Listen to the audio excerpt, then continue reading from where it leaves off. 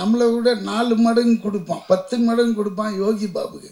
அப்போ யோசிச்சு கணக்கு போட்டேன், கொஞ்சம் வெயிட் பார்ட்டி தான். அந்த ஃபாக்ஸி இங்கே தான் அந்த பேண்ட் ஷர்ட் போட்டு முழுசாக வரான். அங்கே வரும்போது பிக்னியில் தான் வருவான். நான் சொன்ன பார்ட்டிக்கு இவங்கெல்லாம் ஓட்டு போடல, இவங்க எப்படி கரண்ட்டில் ஜாலியாக தூங்குறது? அட பாவி, என்ன ப்ரெஸ்ஸு தலையே காணும், கம்மியாக இருக்கு.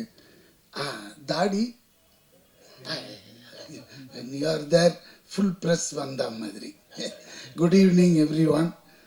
இந்த கான் சிட்டி எனக்கு இந்த மாதிரி படங்கள் நான் பண்ணதே இல்லை. ஏன்னா அவ்வளோ அருமையான அந்த துரைராஜ், ஹாரிஸ் ஜெயராஜ் தெரியும் உங்களுக்கு, ஹாரிஸ் துரைராஜ் என்னை அப்ரோச் பண்ண விதமே வேறு. சும்மா நான் எப்பவுமே இந்த புதுசாக வர்றவங்களுக்கு ப்ரையாரிட்டி தரும், புது டைரக்டர். ஏன்னா அவங்க வந்தால் தான் இண்டஸ்ட்ரி நல்லாயிருக்கும் அப்படின்ட்டு. இவர் வந்தார், இந்த அப்ரோச் பண்ண விதம் வேறு. இதுங்க உங்கள் கேரக்டர். அப்புறம் யாரெல்லாம் இருக்காங்க? ஏன்னா முதல்ல நான் கேட்குறது ப்ரொடியூசர் யார். ஏன்னா இன்றைக்கெலாம் படம் யார் வேணால் ஸ்டார்ட் பண்ணிடலாம், ஆனால் அதை கொண்டு வந்து தேட்டர் வரைக்கும் சேர்க்கறதுக்கு தம் இருக்கணும். அது இருக்குதா? யார் பார்ப்பாரு? அதுவும் நானேன்னாரு. பார்த்தா 5 அடியில் தான் இருக்கிறாரு. இவ்வளோ பயங்கரமான ஆளாக இருக்கிறார் அந்த ஆள் அப்படின்ட்டு.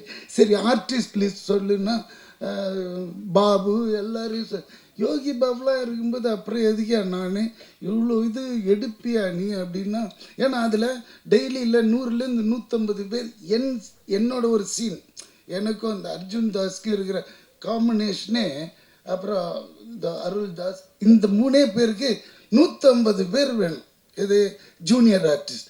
இதெல்லாம் பண்ணுவானா இந்த ஆள்? கேட்ட சம்பளத்துக்கும் ஓகேன்றார், கேட்ட அட்வான்ஸும் தூக்கிட்டோமான்னு வச்சுனா டேபிளில். கிடுகிடுன்னு ஆயிடுச்சு, எடுக்கலாமா வேணாமா? சரி எடுத்துட்டு, ஏன்னா பெரிய அட்வான்ஸாக கொடுத்தாங்க, அதனால் லபக்குன்னு எடுத்துட்டு நேராக பண்ணேன். ஏன்னா நம்மளை விட 4 மடங்கு கொடுப்பான், 10 மடங்கு கொடுப்பான் யோகி பாபுக்கு. அப்போ யோசிச்சு கணக்கு போட்டேன், கொஞ்சம் வெயிட் பார்ட்டி தான், அங்கே போய் பார்க்கலாம் அப்படின்னாக்க உண்மையிலேயே அந்த மாதிரி எடுக்கிறாங்க. ஐயோ ஆச்சரியம் பட்டேன். தைரியம் அதுதான், தில்லு. அந்த டைரக்ஷன் என்னன்னா அவனே எல்லாமே one man show and nice. அந்த டிஓபி கூட பார்த்தீங்களே, என்னது ஃபாக்ஸியா பவுன்சியா? அந்த ஃபாக்ஸி இங்கே தான் அந்த பேண்ட் ஷர்ட் போட்டு முழுசாக வரான். அங்கே வரும்போது பிக்னியில் தான் வருவான், எல்லாமே திறந்து கிடக்கும். யாருமா இவன்? இன்னமும் ஹாலிவுட்டு டிஓபி மாதிரி வரான். பிகாஸ் நம்மளுக்கு அந்த மாதிரி இருந்தால் ஜாலியாக இருக்கும். இதில் பேர் வருவானுங்க, ப்ரன்னுவானுங்க, வேன்னு கத்துவானுங்க, அதெல்லாம் வேலைக்கு. இவன் வந்தான் இருக்கிறதே தெரில, ஒன் ஆஃப் த பாய் மாதிரி சுற்றினே இருக்கிறான். அதுக்கேற்ற மாதிரி அவன் அசிஸ்டன்ஸுங்க டக் டக் டக்குன்னு செட் பண்ணிடுறானுங்க. இந்த துரைராஜ்கிட்ட இன்னொரு ஸ்பெஷாலிட்டி என்னென்னா, என்ன எடுக்கணுமோ அதை மட்டும் எடுத்து அழகாக அனுப்பிச்சி விட்டுடுவான். சார் நீ கிளம்பிடலாம். என்னை ஒரு நாள் முன்னாடியே பேக்கப் பண்ணி அனுப்பிச்சிட்டான். தம்பி நல்லா யோசிச்சுக்கோ, வேறு எதுனா இருக்க? எதுவுமே கிடையாது. இல்லைப்பா எனக்கு ஒரு ஃபேமிலி பேக்ட்ராப், ஐயா இந்த படம் கிடையாது, திஸ் இஸ் கான் சிட்டின்னா. தாடி கான் சிட்டின்னா உனக்கு என்னன்னு தெரியுமா? தெரியாது. இது எடுக்கிறது எழுதுறது, உல்டாவாக எழுதி விட்டுடுறது, அதே பொழப்பு. கான் சிட்டினா மோசமான சிட்டி. அது உள்ளே என்னெல்லாம் நடக்குதுன்றது. பீயிங்க ஒரு எலக்ட்ரிசிட்டி போர்டு ஆஃபீஸர் நான், அவ்வளோதான். இந்த பணம் கலெக்ட் பண்ணி போகிறது. இப்போ கூட ரீசெண்டாக எவனோ ஒருத்தன் ப்ளக்கை பிடிங்கினே இருந்தான்னு பாருங்கள், அதுவும் இதுவும் கனெக்ட் ஆகுது எலக்ட்ரிசிட்டி. என்னடா போன வாரம் தான் இவன் எடுத்தான் நம்மளை வச்சு. இப்போ பார்த்தா ஒருத்தன் குடிப்பானா, நேராக போவான், ப்ளக்கை பிடிங்கிட்டு போனான். அது இவ்வளோ பெருசு. அதே மாதிரி செட்டு போட்டாங்க. இவன் எனக்கு அங்கே தான் ஆச்சரியமாக இருக்குது, இவன் செட் பண்ணி எதுனா பண்ணிட்டானா அப்படின்ட்டு. ஏன்னா அவன் பிடுங்கணும். அவன் 3ஆவது நாள் பிடிச்சிட்டாங்க போலீஸ். ஏன் அது மாதிரி பண்ணின்னு இருக்கிறேன்னு கேட்டால், அவன் டாஸ்மார்க் போவான்னா நேராக போவான், அந்த ப்ளக்கை பிடிங்கிடுவான். ஏன்னு கேட்டதுக்கு அடிச்சு உரிச்சிட்டாங்க. என்ன இந்த சொல்லியிருக்க, நான் சொன்ன பார்ட்டிக்கு இவங்கெல்லாம் ஓட்டு போடல, இவங்க எப்படி கரண்ட்டில் ஜாலியாக தூங்குறது?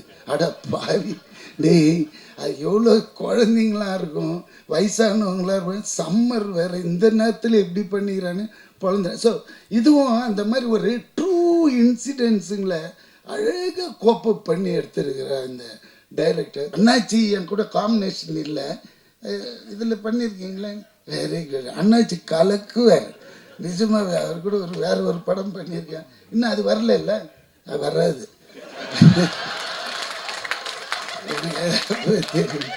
அதனால இந்த படம் உண்மையில் எனக்கு அவ்வளோ ஹாப்பினஸ்ங்க. ஒரு படம் ரிலீஸுக்கு வருதுனால சந்தோஷம். அவ்வளோ ஹார்ட் ஒர்க், அவ்வளோ கஷ்டங்க, சாதாரண விஷயம் கிடையாது. அந்த மனுஷன் பாவம் எவ்வளோ நாள் தூங்கியிருப்பான்னு தெரியாது ஆரம்பிச்சுட்டு. ஸோ இந்த படம் பெரிய லெவலில் ஹிட் பண்ண உங்களோட ஒரு தடி கொஞ்சம் வசதியாக ஏற்றி விடுன்னா. ஆமாம், ஏன்னா அப்போ தான் தெரியும் ஜனங்களுக்கு. ஒரு நம்ம ஒரு சொம்பு குடம் வச்சுருந்தாலும் தட்டி காய்க்கணும், உள்ள தண்ணி இருக்குது ஃபுல்லான்ட்டு. வெறும் குடம் நினச்சி போயிடுவாங்க. அதனால் கொஞ்சம் தட்டி காட்டி தலையை ஆட்டுதான். இப்போ காஃபி கீஃபி டிஃபனை கொடுங்கப்பா. ஓகே பாய் பாபு, கரெக்டாக அடுத்தது நீ கொஞ்சம் கலக்கி விட்டு. ஓகே பாய் பாய். ஹீரோயினை சொல்லவே இல்லை. எப்பவுமே எனக்கு ஒரு பேடுங்க, ஹீரோயின் கூட இருக்காதா. நம்ம ஒரு சப்போர்ட்டிங் ஆக்டர், இந்த ஹீரோ கூடயே ட்ராவல் ஆகிட்டு போயிடுவோம். இந்த ஹீரோயினுங்க கோச்சின்னு மனசுக்குள்ளேயே திட்டிக்குவாங்க.